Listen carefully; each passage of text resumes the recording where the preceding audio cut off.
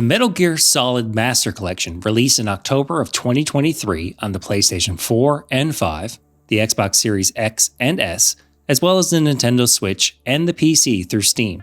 It currently retails for $60 US or $80 Canadian. I played it on the PlayStation 5, and this review is looking to answer the question, is it worth buying? If you're enjoying my content, please subscribe to my channel and leave a like on this video. There are only 18 hours left until their deadline. You've got to hurry. Wow, he must be crazy to fly hind in this kind of weather. Who's that? Oh, sorry. I haven't introduced you to yet. This is Mei Ling. She was assigned to us as our visual and data processing specialist. She designed your codec, as well as your Soliton radar system. Contact her if you have any questions about either of them. Nice to meet you, Snake. It's an honor to speak to a living legend like yourself. First off, this review isn't going to be a critique of the actual games that have been included in the collection. I'm not going to talk about the gameplay, controls, camera angles, and all that other stuff from the games that are decades old at this point. No, this review is going to be about the collection itself, what Konami included in it, and what they didn't include, and the overall presentation of the collection. Let's start the review off by talking about what's included in the box. I'm going to go through each of the games to talk about what they have, and any changes the collection brings to them. Metal Gear was released in 1987 for both the MSX2 and the NES. This is the MSX2 version, not the Nintendo Entertainment System version. For anyone who isn't aware, the MSX, and later the MSX2, were early video game consoles that were popular in Japan. They sold overseas as well, but it's mostly a Japanese console.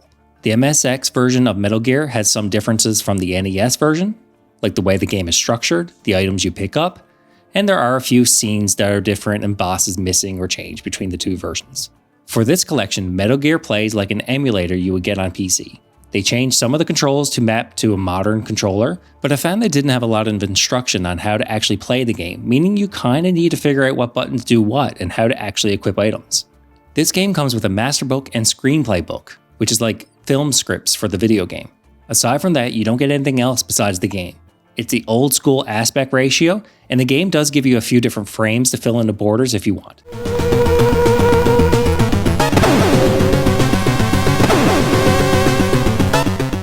Next we have Metal Gear 2 Solid Snake, which is the sequel to Metal Gear and was released on the MSX2 in 1990. This one plays and looks nearly the same as the first game with all the same controls and borders as the original. It's also like an emulator with save and load states available if you want to save it that way. They did include some difficulty options, from the original difficulty to an easy mode. This is Snake. Colonel, can you hear me? Loud and clear. What's the situation, Snake? Looks like the elevator in the back is the only way up. Just as I expected. You'll have to take the elevator to the surface. Then we have Metal Gear Solid. This is the big one, Metal Gear Solid for the PlayStation. This is the emulated version, and it includes all the different regional versions if that's what you prefer, like North American, Japanese, etc. You also get all the expansions like Integral, VR missions, and the special missions.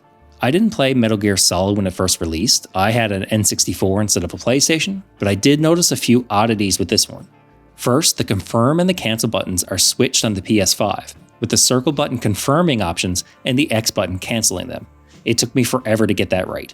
Obviously, there are a few changes from the original release. You can't swap controller ports to deal with Psycho Mantis, so this version gives you a new way to get around that.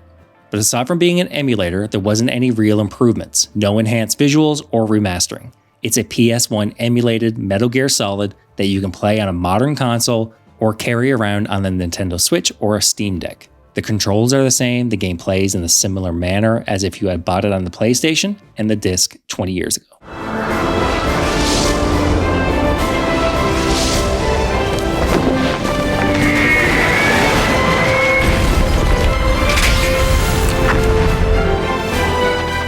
Finally, you have Metal Gear Solid 2 Sons of Liberty and Metal Gear Solid 3 Snake Eater.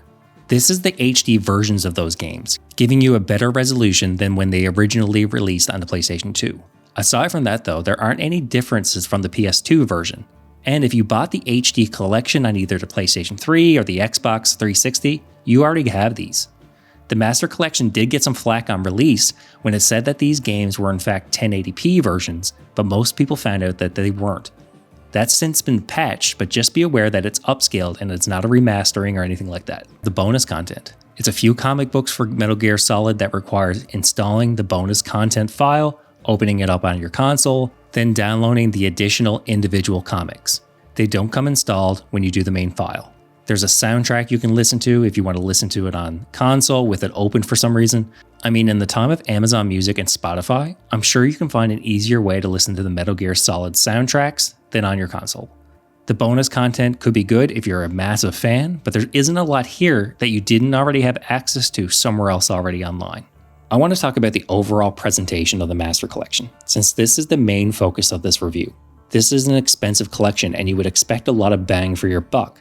My gripe with the Master Collection is that it's sort of just thrown onto a disc and tossed at you. Let's start with installing the games first. I had the physical disc, so I put it in my PlayStation 5, and I was surprised to find that multiple files showed up on the home screen. One for each game and another for the bonus content. I thought you would open it up in a single file and it would have a nice launcher with a lot of Metal Gear Easter eggs and the music and things. No, it's just these icons for the games. But the bonus content is on a separate file, and that has to be downloaded, installed, and opened separately. Then I did have a bunch of errors when I was installing the game, meaning I had to cancel the installs and reopen them multiple times. Each installed files from the disk, while there was also network downloads and updates. Overall, this required an install from the disk, download from the network, and update for each game and the bonus content. Once you get into the actual games, they're just emulated versions of already released content. That brings me to my final point of this review. Value. Is the Master Collection worth $60 US or $80 Canadian? That would depend on how much of a fan you are of the Metal Gear franchise. If you miss out on owning these on past consoles, this is a good time to get them on modern console or the PC. Unfortunately, this might be the only way to get them since Konami did pull all the past versions from digital storefronts. But the bonus content is seriously lacking here, and the lack of any remastering makes this just a re-release of the HD versions from the Xbox 360 and the PlayStation 3. It didn't cost Konami anything to put this collection together and send it out. I want to contrast this with Capcom and their Resident Evil series. They released multiple versions of their old games, including the collections, remasters, and their entire remakes. Konami could have remade the Metal Gear games, putting in some real time and effort and released each on their own. Or they could have just remastered them at the very least, especially Metal Gear Solid, which is really showing its age. Instead, it feels like they just slapped all this stuff they already had onto a single disc and shipped it out. So is this collection worth your money? No, it's not. Wait until it's on sale for like 20 or 30 bucks. The only good thing about this collection is the fact that it's finally on Switch and Steam Deck.